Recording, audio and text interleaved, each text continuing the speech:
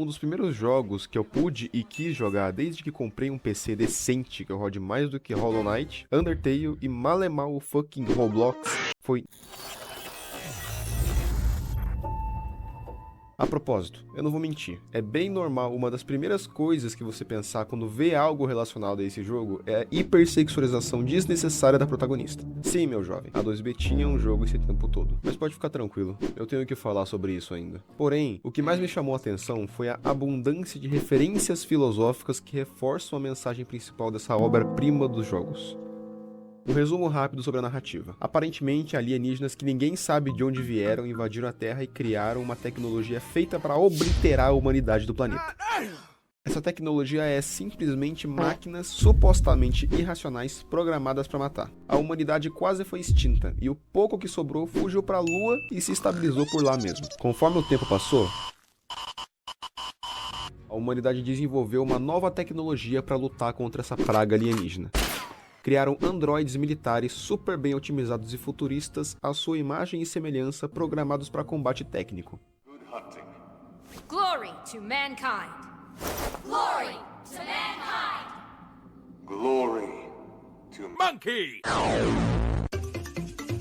Quer dizer, existem várias variações de funções para esses androides. Mas a Android 2B, que controlamos durante o jogo, é um dos soldados de combate enviados para missões de reconhecimento ou combate. Basicamente, o jogo vai nos convencendo de que a nova humanidade são esses androides. Porém, principalmente os soldados, que assim como dito pela 2B, Emotions are prohibited.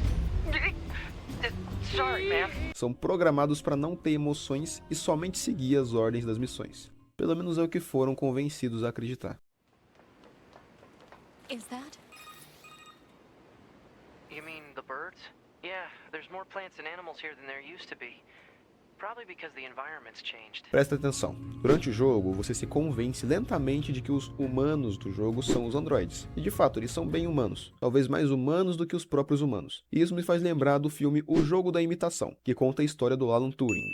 E quantos anos tinha quando publicou esse artigo, cujo título eu mal consigo entender? Eu tô com vontade da bunda.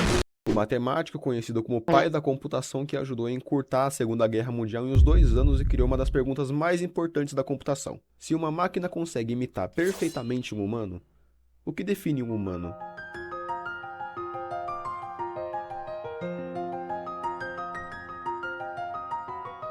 Os protagonistas do jogo são um exemplo da humanidade escondida nos androides. A 2B passa essa impressão de soldado perfeito. We never cry. No começo do jogo já vemos ela sendo a única sobrevivente de uma expedição e saindo no soco com várias máquinas sem esboçar uma expressão.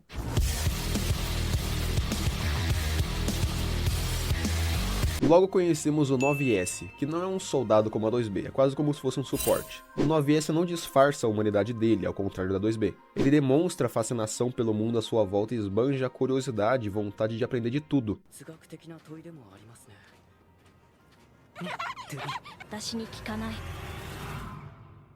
E é justamente através dessa curiosidade que o 9S começa a revelar algo estranho. As máquinas alienígenas não parecem irracionais. Um dos principais defeitos humanos existentes e que mais causa discórdia entre a sociedade é o que mais fica descarado e, sinceramente, um pouco irritante no jogo: a falta de empatia dos androides. Por que irritante? Rapaziada, eu não usei a palavra supostamente antecedendo a afirmação de que as máquinas alienígenas são irracionais à toa.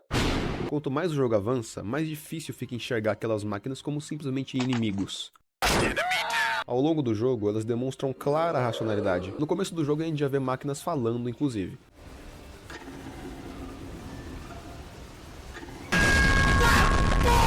Enquanto a gameplay flui, você vê máquinas com medo, máquinas sofrendo, máquinas criando famílias, construindo vilas, criando pensamentos sobre paz e felicidade, máquinas rezando, criando religiões, máquinas de luto, e mesmo com tudo isso exposto, os androides insistem em ignorar e só falar: esquece, eles são irracionais, é uma armadilha, temos que matar eles e seguir com a missão para salvar a humanidade.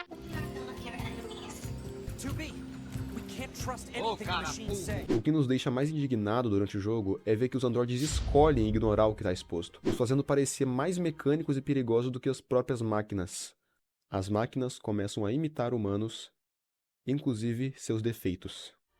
Se tem uma personagem que represente melhor isso, é simplesmente a melhor boss fight desse jogo, na minha opinião. A Simone.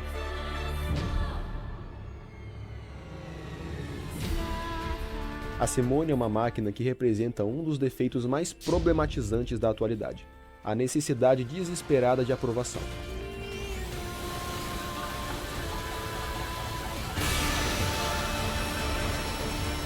Ela sequestra outras máquinas para se cobrir com os corpos, ela canta ópera que nem uma maluca, tudo porque ela quer ser vista, quer ser amada, desejada, ela quer ser linda.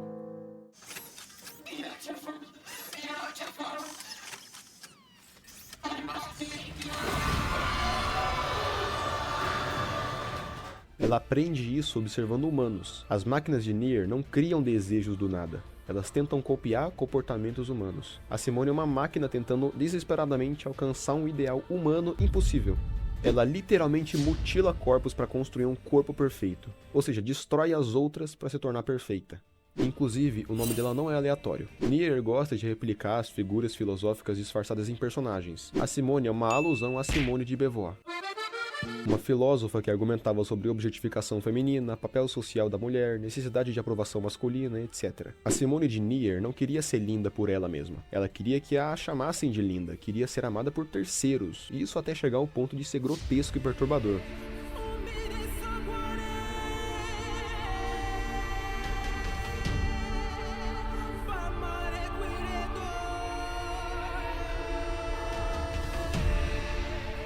Lembra que eu falei sobre a sexualização da 2B? Caralho. Você é escroto. Tá certo que o dono do jogo já assumiu que só fez isso porque gosta de personagem bonita mesmo. Mas não dá pra descartar o fato de que esse fator faz muito mais sentido do que ser pura fanservice. Os androides foram criados por humanos e não têm nenhum objetivo sexual. Suas funções são combate e a organização militar para salvar a humanidade. E é justamente por isso que a aparência da 2B funciona tão bem dentro da proposta de Nier. Os androides daquele mundo são objetos criados por humanos, e humanos colocam desejos até nas coisas que não precisam deles. O jogo constantemente mostra personagens femininas sendo reduzidas à aparência. A Simone literalmente enlouquece em busca de aprovação.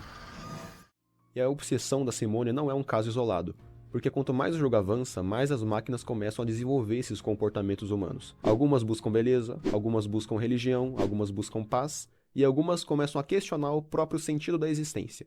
Sartre. Em Nier tem outra máquina representante filosófica que não tem como sua alusão ficar mais clara, visto que na tradução original, o Jean Paul literalmente se chama Sartre.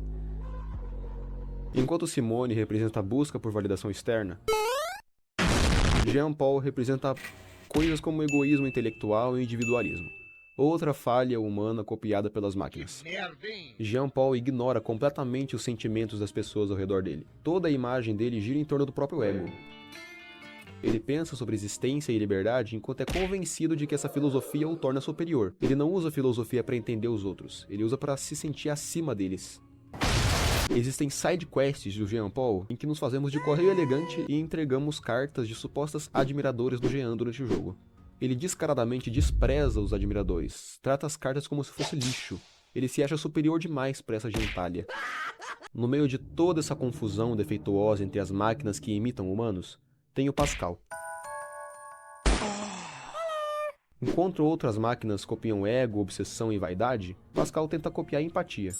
A vila comunitária de máquinas que tem no jogo foi literalmente construída pelo Pascal. Apesar desse personagem parecer um alívio para quem tá jogando, finalmente um personagem que valoriza a paz e o pacifismo, na verdade é uma das partes mais tristes do jogo.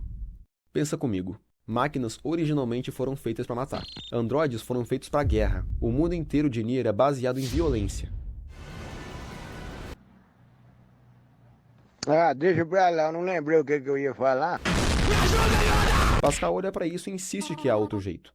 O fato dele ver isso tudo, tendo nascido como mais uma máquina e mesmo assim escolher a paz por livre e espontânea vontade, talvez torne Pascal um dos personagens mais humanos do jogo.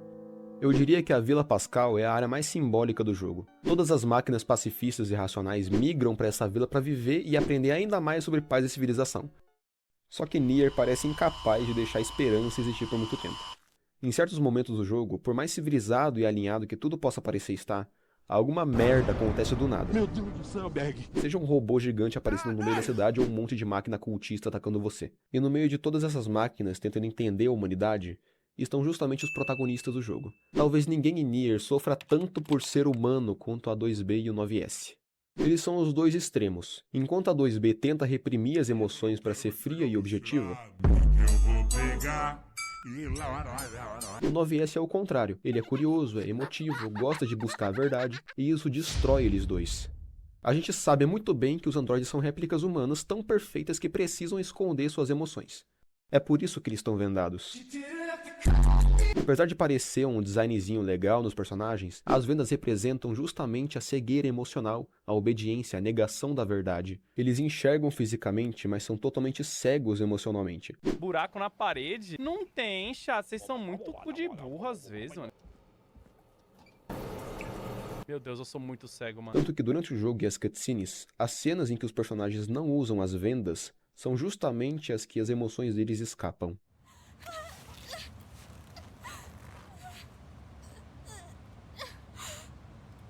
It always ends like this.